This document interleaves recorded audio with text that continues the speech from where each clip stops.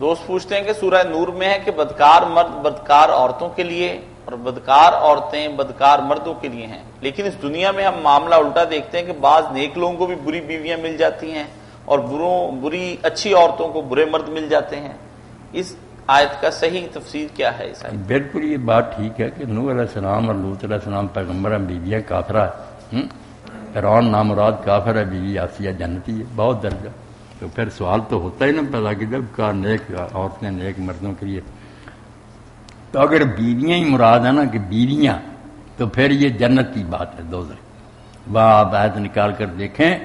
آخرت کا ذکر کر رہا کہ پھر ان کے لیے بخشش ہے، رحمت، دنیا کی بات نہیں کر رہا۔ وہاں پھر جدے ہو جائیں گے، کافر جو ہے نا الگ ہو جائیں گے، ان کی بیویاں نیکوں کو مل جائیں گی۔ اگر وہ مومنہ برے جو ہے ان کی نیک آدمیوں کی بیویاں اگر بری ہیں کافر اور جہنم میں چلی جائیں گی۔ دوسرا معنی جو ہے وہ ہے الطیبات خبیثات کا، اچھی باتیں، وہاں بیویاں مراد نہیں، اچھی باتیں کہ جو اچھے وعدے ہیں وہ نیک لوگوں کے لیے، بروں کو نہیں ملیں گے جنت اور دوسری ساری عمدہ چیزیں منع کرنا،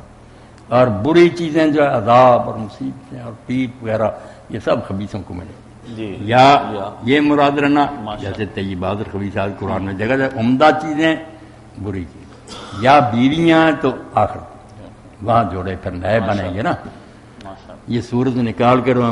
دیکھنا، میرا اشارہ جو سمجھ لیا کہ دیکھیں گے وہاں کی بات ہو، ان کے لیے مغفرت ہے، رحمت۔ دوست یہ بھی پوچھتے ہیں جسے اللہ گمراہ کر دے، انشاءاللہ قرآن مجید کو آدمی پڑھے نا، یہ پہلے دماغ میں جو بٹھائی باتیں بہت سے سوال تو اسی سے ختم ہوتے ہیں، آگے پیچھے سے پڑھے خود ہی حل کر۔ دوست پوچھتے ہیں